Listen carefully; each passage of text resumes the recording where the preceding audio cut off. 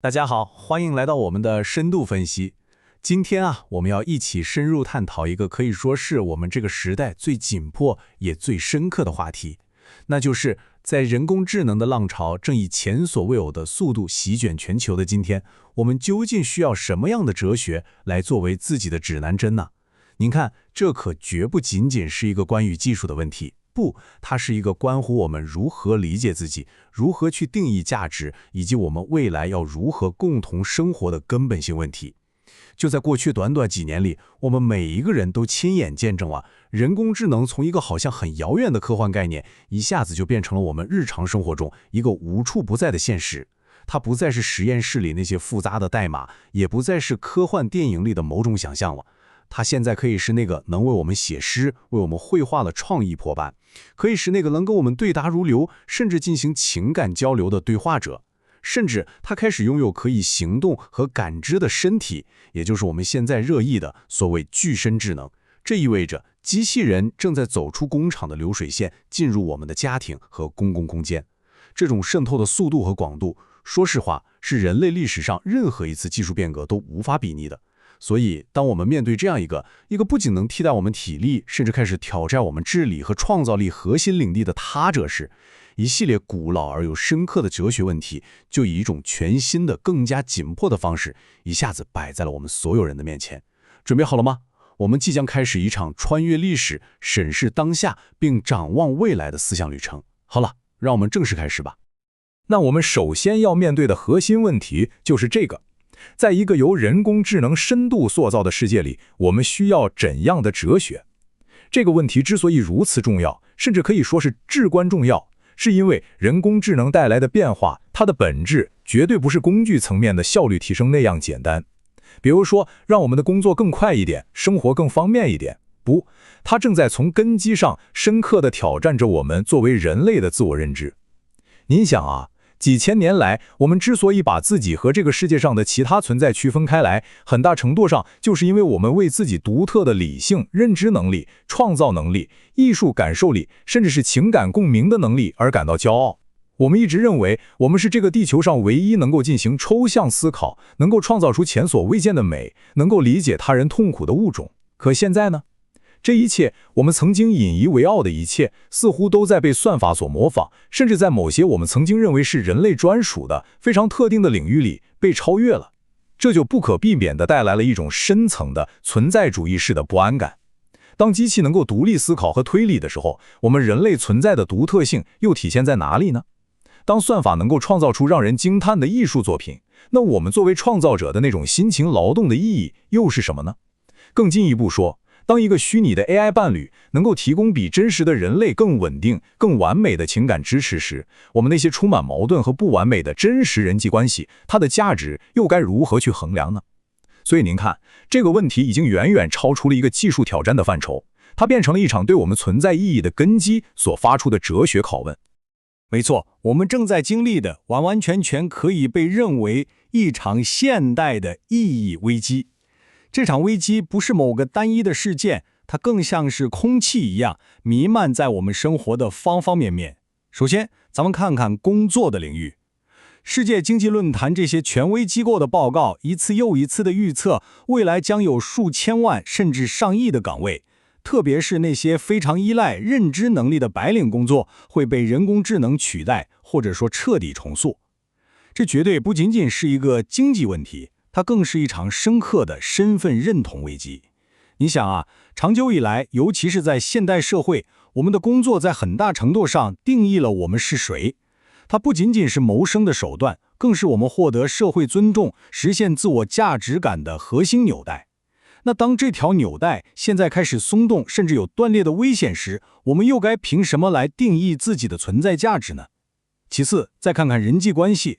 算法推荐和虚拟陪伴正在不知不觉中侵蚀我们维系真实深刻关系的能力。我们的社交媒体上看起来好像充满了朋友，但算法只给我们看我们想看的，这让我们每个人都陷入了信息茧房和回音式效应里，这反而加剧了整个社会的分裂。我们感觉好像身边都是人，但却前所未有地感到孤独。随后，也是最让人不安的，是在道德层面。一个越来越明显的趋势是，越来越多重要的决策被外包给了那些不透明的算法黑箱。从银行决定要不要给你贷款，到法院在量刑时参考算法的建议，甚至是战场上决定攻击哪个目标，我们正在逐渐地失去对公开讨论和人类那种审慎的判断力。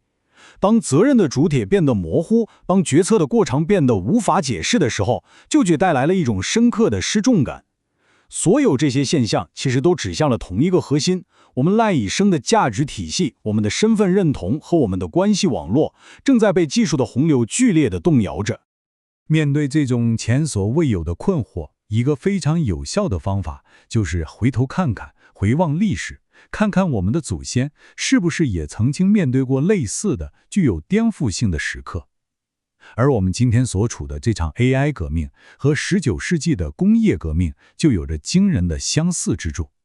它就像是历史的一次巨大回响，但同时又有着本质上的不同。咱们先看工业革命，它以蒸汽机和流水线为标志，彻底颠覆了人类沿袭了数千年的以体力劳动为基础的农业社会。它带来的巨大社会冲击力，不仅仅是重塑了经济结构，催生了城市化，更重要的是，它从思想的根基上动摇了延续了千年的传统宗教信仰体系。科学的兴起，理性的昌明，让过去那种统一的神圣的世界图景开始崩塌。而今天的 AI 革命呢？它以前所未有的方式，直接指向了人类认知和创造性的核心，也就是我们的脑力劳动。它挑战的不再是某一个特定的信仰体系，而是人性这个概念本身，是我们作为智慧生命存在的独特性。所以，我们可以做一个类比，一个可能不太精确，但很说明问题的类比。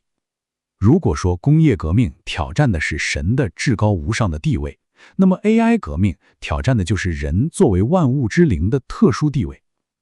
通过深入的去理解上一次技术革命是如何催生了全新的哲学思想，我们或许就能为今天我们所面临的挑战找到一张可以参考的，尽管可能不完全匹配的地图。好的，那现在就让我们正式的进入这条历史的平行线。我们将会看到19世纪的思想家们究竟是如何应对他们那个时代的巨变的。在这里，我们将特别集聚于一位最激进也最富有洞察力的哲学家弗里德里希·尼采。我们在这里不把他看作是一个抽象的待在书斋里的学者，而是要把他看作一位对那个时代最敏锐的文化医生，或者说诊断师。他生活的那个时代是一个蒸汽机轰鸣、铁路网不断延伸、工厂烟囱林立的时代。那是一个旧的贵族秩序正在瓦解，而新的工业秩序还没有完全建立起来的一个混乱的转型期。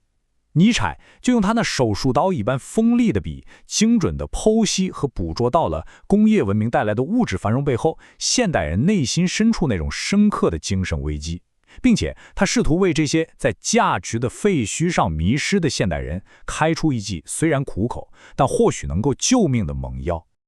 这一句，尼采最著名也最经常被误解的名言，正是他诊断的开始，也是他对他那个时代乃至整个现代文明困境的一个惊人的概括。现在我们必须非常非常仔细地去理解这句话的真正含义，因为它绝不是一句简单的陈述。尼采说上帝死了，这绝对不是一句庆祝无神论胜利的狂欢宣言，恰恰相反，这是一则充满了悲剧色彩的关于整个西方文明命运的预言。这里的上帝，它并不仅仅是指代基督教里的那个神，而是象征着所有超越性的、外在的，能够为人类生活提供统一意义和绝对价值的那个来源。这个来源可以是一神教的上帝，也可以是柏拉图哲学里的那个完美的理性世界，又或者是启蒙运动所推崇的绝对的理性和进步这些观念。尼采敏锐地看到，在科学理性，特别是达尔文进化论的冲击下，这个沿袭了2000多年的稳固的意义中心已经崩塌了，人们再也没有一个可以仰望的、绝对的、不容置疑的价值基石了。这是一种什么样的感觉呢？就好像整个宇宙突然失去了中心，地球不再是特殊的了，那么人类的精神世界也因此陷入了一种前所未有的漂泊和失重状态。那么上帝死了之后，留下的那个巨大的精神真空地带是什么呢？尼采给出了一个非常精确的词儿来命名这种状态，那就是虚无主义。虚无主义就是那种普遍的弥漫性的精神空洞感，那种对一切价值都失去信心的深层怀疑。当旧的价值标准，比如说天堂的应许或者绝对的道德律令失效了，而新的能够安放我们生命的价值标准又没有建立起来的时候，人们就会感到彻底的迷茫和失落。他们会觉得生活没有终极的目的，一切的努力，无论是善是恶，是美是丑，最终都毫无意义，都将归于尘土。尼采认为，这是他那个时代乃至整个现代性所面临的最巨大也最危险的挑战。在这种虚无主义的笼罩下，人们要么就会沉溺于及时的琐碎的享乐，成为他所鄙夷的那种只求安逸舒适、毫无创造激情的默人，要么就会陷入彻底的绝望和破坏于之中。这正是工业革命在带来前所未有的物质繁荣的同时，所投下的一个巨大的、难以驱散的精神阴影。但是尼采所以伟大，并不仅仅因为他是一个能够诊断病症的医生，更因为他勇敢地试图开出药方。他可不是一个绝望的悲观主义者。这张幻灯片就非常清晰地将他的思想方案分成了逻辑清晰的两步。第一步是做出精准、诚实而且毫不留情的诊断，也就是我们刚才深入讨论的上帝已死这一历史事件必然导致虚无主义的降临。他强迫现代人去直面自己精神上的病根，不要再自欺欺人了。而第二步呢，就是提出一种极其激进的治疗方案。他认为，要真正的克服虚无主义，人类不能再向外去寻找任何新的上帝或者偶像来填补这个真空了，无论是国家、民族还是科学，因为那都只是换汤不换药。唯一的出路是向内，向生命自身的意志深处去挖掘力量。这种内在的创造性的生命力量，它称为权力意志。而那个能够完全驾驭这种力量，敢于在价值的废墟之上为自己立法，创造出全新价值的理想个体，他用了一个德语词来命名，就是 Übermensch。这个词通常被翻译为超人。那么，这个作为治疗方案核心的权力意志究竟是什么呢？这一点非常关键，我们必须把它澄清，因为它常常被严重的误解为是对政治权力的渴望，或者说是对他人进行支配和统治的欲望。但正如这张幻灯片所澄清的，在尼采的哲学里，权力意志完完全全是另外一回事儿。它不是一个社会学或者政治学的概念，它是一种形而上学的，是关于生命本质的一个论断。它是一种内在的，遍布于宇宙万物之中的生命冲动，是生命本身不断的追求自我超越、自我增强、自我扩张的这样一种创造性的本能。一块石头、一棵树、一只猛兽，它们都有其权力意志的表现形式。而在我们人类这里，它最高级的表现形式就是一种为自己的生命创造意义和价值的强大的精神动力。所以说，肯定权力意志就是肯定生命本身那股向上的、创造的、克服困难的冲动，就是在上帝已死留下的那个价值真空中，勇敢地对这个世界说是，成为自己价值的最终来源。好的，所以让我们来总结一下这个部分。在19世纪那个信仰崩塌、社会巨变、人心惶惶的时代，尼采的哲学以他那惊人的勇气和洞察力，提供了一套极其强大的，但我们也要承认，也是高度个人主义的心理重建方案。它就像一记响亮的耳光，打醒了那些依然沉睡在旧有价值的温床中的人们。它也像一束孤独而耀眼的火光，为那些敢于在虚无主义的黑暗中独自前行的少数人照亮了道路。它从来不提供那种廉价的大众化的安慰剂，它提供的是一种激发个体进行自我觉醒、自我超越的巨大勇气。它的哲学本质上就是一幅精神地图，它指引的那些迷茫的个体，如何在所有外部的权威都已经瓦解之后，如何通过自身的意志和创造，重新成为自己的主人。好的，我们刚才花了相当长的时间，深入地探讨了尼采为19世纪工业革命所带来的精神危机开出的那剂哲学药方。那确实是一幅充满了力量、极富创建的地图。但是现在我们要进入我们这次分析最关键的转折点，也这是我们真正要面对的当代问题。这幅1个多世纪前的为工业时代绘制的地图，在今天，在这个由人工智能、大数据和全球网络所塑造的全新世界里，它是否依然完全有效呢？或者更准确地说，当地图上标注的地形已经不再能完全匹配我们脚下这片陌生的土地时，我们该怎么办？在接下来的部分，我们将详细的论证，尽管尼采那种直面虚无、重构一切价值的惊人遗产，对我们今天来说至关重要，但是 AI 革命带来的挑战，在它的性质、权力结构和危机来源上，都已经发生了根本性的变化。这种变化使得尼采那种高度个人主义的解决方案变得不够了，甚至在某些方面可能已经失灵了。这张对比表格是理解我们核心论点的关键所在。它揭示了为什么我们不能简单的把今天的 AI 革命看作是工业革命的 2.0 版本。让我们逐行来深入的分析这两次革命的根本性差异。首先，在颠覆性质上，工业革命的核心是机器取代了人的肌肉力量，它解放了人力，但也带来了工人的异化。而 AI 革命呢，则直接指向了我们曾经引为傲的作为万物之灵的大脑，我们的认知、判断、学习，甚至是创造力。其次，在权力核心上，工业革命的权力相对是可见的，它掌握在那些拥有工厂、铁路这些生产资料的资本家手中，矛盾是清晰的。而 AI 时代的权力则更加的弥散、隐蔽和非人格化，它掌握在那些拥有海量数据、复杂算法和巨大算力的全球性科技平台所有者手中。这种权力是系统性的，我们甚至都不知道它在如何影响我们。再看危机来源，这点至关重要。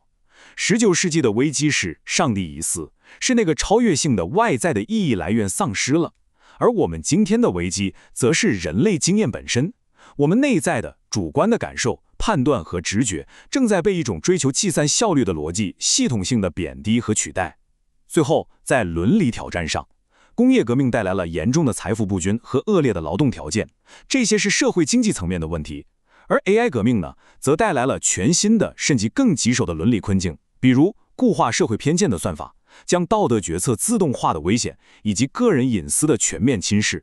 这些根本性的差异就决定了我们不能简单的套用尼采的个人主义解决方案，我们需要全新的分析工具。基于这些深刻的差异，我们必须重新来定义我们今天所面临的这种独特的虚无主义。它不再是尼采时代那种价值破坏之后留下的意义真空和废墟，而是一种更具侵蚀性的、更积极主动的新形态。我们可以把它称之为算法虚无主义。它的核心特征被这张幻灯片精准地捕捉到了。它的问题不在于没有价值，而在于只有一种价值被推崇到了极致，那就是可计算的、可量化的、可优化的效率。在这种世界观下，凡是能够被数据化、被算法处理和预测的，就是有价值的。而那些无法被轻易量化和计算的东西，比如说爱、智慧、同情心、审美体验、道德勇气，甚至是无所事事的闲暇，则被系统性的边缘化了，被看作是无效率的噪音，或者是需要被优化的缺陷。所以，我们今天面对的不是一片价值的荒漠，而是一个被单一的、强大的、非人化的价值逻辑所全面殖民的世界。这种虚无主义不是通过摧毁价值来实现的，而是通过让一种价值吞噬掉其他所有价值来实现的。为了更深入地理解这种算法虚无主义的哲学根源，我们需要引入另一位20世纪的重要思想家马丁·海德格尔。他这句看似矛盾的名言，实际上是极具洞察力的。技术的本质绝不是任何技术性的东西。海德格尔在这里提醒我们，如果我们只把目光聚焦在 AI 工具本身，比如说某个特定的 App、某个算法模型或者某个硬件设备，那我们就永远无法触及问题的核心。问题的关键不在于这些具体的技术物，而在于现代技术背后所强加给我们的一种特定的世界观，一种看待和对待整个世界的方式。正是这种根深蒂固的思维方式，塑造了我们的价值判断，并最终带来了我们今天所面临的意义危机。那么海德格尔所说的这种特定的世界观究竟是什么呢？他用了一个非常独特的德语词 Gestalt， 这个词很难翻译，通常被译为座驾、极致或者框构。这个概念确实有点晦涩，但我们可以通过具体的例子来把握它的核心精神。在座驾这种世界观的统治下，我们看待世界的方式发生了根本的，甚至是灾难性的转变。一条河流，它不再是自然的、充满诗意的、自身有其生命节奏的存在，而仅仅是被看作是水电站的能量储备。一片森林，它不再是一个复杂的有内在价值的生命共同体，而仅仅是可供开采和计算的木材资源。而人也同样无法幸免，我们被看作是人力资源，是不同标签下的消费者画像，或者是一系列可供分析、预测和操纵的数据点。在这种视角下，世界上的万事万物都被剥离了它们自身的丰富性、神秘性和内在价值，仅仅被视为一种随时等待被订购、被跳遣、被优化和利用的迟损物。这正是算法虚无主义最深层的哲学底层逻辑。好了，到目前为止，我们已经诊断了 AI 时代独特的不同于19世纪的哲学困境。我们看到尼采那张强调个人意志和价值创造的地图，虽然依然有它的价值，但已经不足以指引我们穿越由算法虚无主义和海德格尔所说的作价所构成的复杂地形了。那么我们该怎么办呢？难道要坐等另一位像尼采或者海德格尔那样的超级哲学家横空出世，为我们提供一个全新的一劳永逸的答案吗？我想也许不必，也等不来。接下来呢，我们将探讨一种新的可能性。我们需要的或许不是一张由单一个人绘制的全新的宏大地图，而是一个复合式的工具箱，或者说一个新罗盘。它从不同的甚至看似矛盾的哲学传统中汲取智慧，为我们提供一套多维度的互为补充的哪行工具，来应对这个复杂的新世界。我们这个工具箱里的第一个关键工具来自20世纪法国哲学家米歇尔·福柯。福柯的权力理论，特别是他晚期关于治理术的思想，能够帮助我们极其精准地理解 AI 时代新型权力的运作方式。过去我们一想到监控，可能会想到福柯在《规训与惩罚》里所描绘的那个全警场式监狱的模型，就是少数人在暗处监视多数人。但是今天的算法权力远比这个要微妙、要高效。它不仅仅是被动地看着你，它更是在主动地塑造你。社交媒体的信息流，它的主要目的不是监视你的观点，而是通过不断地给你推送特定的让你感到舒适或者愤怒的内容，来潜移默化地塑造你的观点和情绪。电商平台的推荐系统，它的目的不是观察你已经有的欲望，而是通过制造新的需求来主动地创造你的欲望。它通过构建我们的整个信息环境，就像一个隐形的建筑师一样，悄悄地设计我们看到的世界，从而引导我们的行为、欲望和信念。理解这种权力的运作机制，是进行任何有效的抵抗和反思的第一步。我们的第二个重要工具来自存在主义哲学的核心人物让·保罗·萨特。如果说福柯的理论帮助我们诊断了外部的系统性的权力结构，那么萨特的思想则为我们提供了内在的个体的伦理姿态。萨特的核心思想是激进的自由，他有一句名言：存在先于本质。这句话的意思是说，人首先是存在于这个世界上的，然后通过自己的选择和行动来创造自己的本质。我们被判定为自由，必须为自己的每一个选择负上全部的责任。然而，这种绝对的自由会带来巨大的焦虑感。为了逃避这种焦虑，人们常常会陷入他所说的自欺或者叫坏信的状态，也就是假装自己不是自由的，而是像一块石头一样，是被外部力量所决定的物。在今天，算法就提供了一个前所未有的完美的自欺的借口。当一个由算法辅助的决策导致了不好的后果，比如说一个无辜的人被错误的解雇了，管理者就可以说这是算法的决定，不是我，从而把道德责任推卸给一个非人格化的黑箱。萨特的哲学则像一声棒喝，告诉我们这是一种懦弱的自我欺骗。我们必须拒绝这种技术决定论，坚持人类在最终环节的问责，勇敢地承担起我们作为自由的主体进行选择的责任。我们工具箱里的第三个也是同样重要的工具，是一种被称为关怀伦理学的伦理学框架。它为我们应对 AI 导致的人际关系疏离和道德冷漠问题提供了强有力的武器。传统的伦理学，你比如说康德的义务论或者边沁的功利主义，都倾向于寻求普遍的、抽象的道德原则，而算法的逻辑正是这种思维的极致体现。它将具体的人和复杂的关系网络简化为可以计算的数据点，用统一的规则来处理，这就必然在人与人之间制造了巨大的道德距离，极大地削弱了我们的共情能力。而源自女性主义哲学的关怀伦理学恰恰相反。他强调，道德的起点不是抽象的普世原则，而是具体的、情境化的、充满情感的关系网络。他要求我们去关注他人的具体需求、脆弱性以及我们彼此之间的相互依赖性。因此，在一个日益被算法中介的社会里，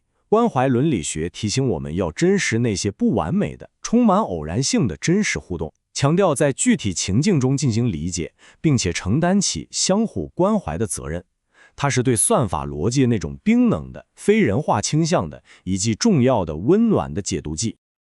好的，让我们来总结一下这个部分。我们看到，面对 AI 时代这种系统性的多层面的挑战，单一的哲学思想已经很难应对了。我们需要一个复合式的哲学罗盘。福柯的权力分析让我们警惕算法如何作为一种治理术来塑造我们的生活。萨特的存在主义则召唤我们承担起作为自由个体的最终道德责任，拒绝自欺。而关怀伦理学则帮助我们重新发现和重建那些被技术侵蚀的真实的具体的人际连结。这套工具箱并非是要提供一个简单的一劳永逸的最终答案，那是不存在的。它的价值在于赋予我们一套多维度的分析视角和行动指南，帮助我们在这个日益复杂的由算法塑造的新地形中，能够更清醒、更负责任，也更有人性地进行闹道。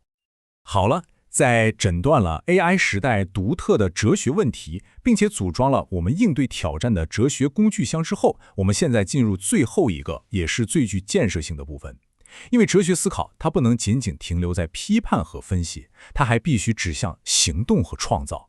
仅仅指出问题所在是远远不够的，我们还必须积极地去探索出路。在这一部分，我们将探讨如何将前面我们讨论的那些深刻的哲学洞见，转化成为具体的可操作的实践，从而能够积极的、有意识的去塑造我们的技术未来，用我们所珍视的人类价值去设计和引导人工智能的发展方向。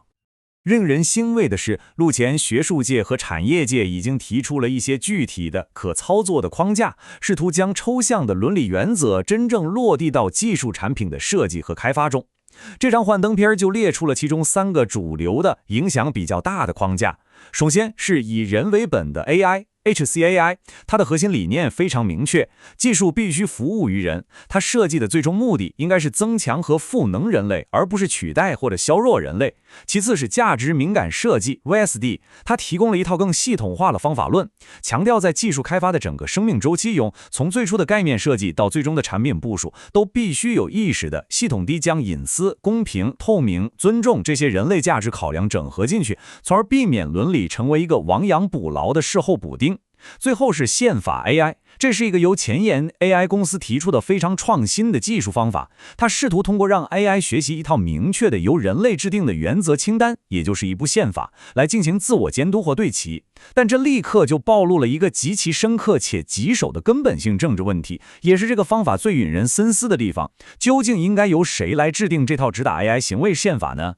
是开发它的公司？是某个国家的政府？还是一个全球性的专家委员会？这个问题的答案将直接决定未来 AI 的价值取向。这就引向了我们整个社会所面临的一个终极选择。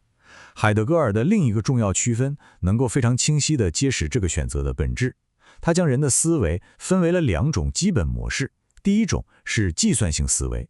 这是一种目标导向的、追求效率的、可量化的思维方式，就像计算机的运行逻辑一样。它对于解决具体的、有明确答案的问题是必不可少的，也是现代社会高效运转的基础。而第二种呢，它称之为沉思性思维，则是一种反思性的、开放的、不预设目的的、寻求意义的思维方式。它关心的不是如何最高效地达成目标，而是为何要设定这个目标，这个目标本身到底有没有价值。它关心那些无法被计算，但对我们之所以为人至关重要的事儿，比如爱、死亡、美和正义。AI 时代的巨大危险，就是我们的教育、工作乃至整个文化都被计算性思维全面统治，而沉思性思维的生存空间被不断挤压，被视为无用和浪费时间。我们的任务呢，不是要消灭计算性思维，而是在它统治的洪流之外，有意识地为沉思性思维开废和捍卫一片宝贵的生存空间。那么我们这次深度分析的最终目标是什么？我们想传达的最核心的信息又是什么？非常重要的一点是，我们所做的所有这些哲学批判，它的目的绝不是反技术，不是要我们砸掉服务器，回到一个没有 AI 的田园牧歌时代，那既不可能，也非我们所愿。恰恰相反，这是一种积极的、建设性的姿态。我们的目的是要从被技术浪潮推着走的被动接受者，转变为能够驾驭和引导技术发展方向的主人。我们要将深刻的批判性反思与 AI 向善的巨大潜力相结合，有意识地去引导这项堪比火与电的强大技术，让它服务于人类的共同繁荣，去帮助我们解决气候变化、攻克疾病、消除贫困这些全球性的重大挑战。这才是我们进行哲学思考的最终目的，不是为了阻止未来，而是为了创造一个我们真正想活在其中的更有人性、更有意义的未来。最后，我们回到这个最根本也最开放的问题。这个问题不再仅仅是留给少数的哲学家、工程师或者政策制定者的，它是留给我们每一个生活在这个时代的人。因为我们今天所做的每一个选择，我们选择使用什么样的技术产品，我们支持什么样的公司，我们倡导什么样的法律法规，我们如何教育我们的下一代，都在以微小但重要的方式共同回答着这个问题。技术并非中立的，代码的每一行，算法的每一个参数，都必然承载着设计者和使用者赋予它的某种价值。那么我们要将什么样的价值观？是无限制的效率至上和利润最大化，还是人的尊严、关怀与共情？是激进的个人自由，还是社群的福祉与连接？是追求短期的便利，还是着眼于长期的可持续的发展，最终写入我们这个时代的数字基础建设中呢？这个问题的答案没有唯一的正确解，但我们如何去追问、去辩论、去选择，这个过程本身将定义我们是谁，也将最终塑造我们共同的未来。感谢各位的收看。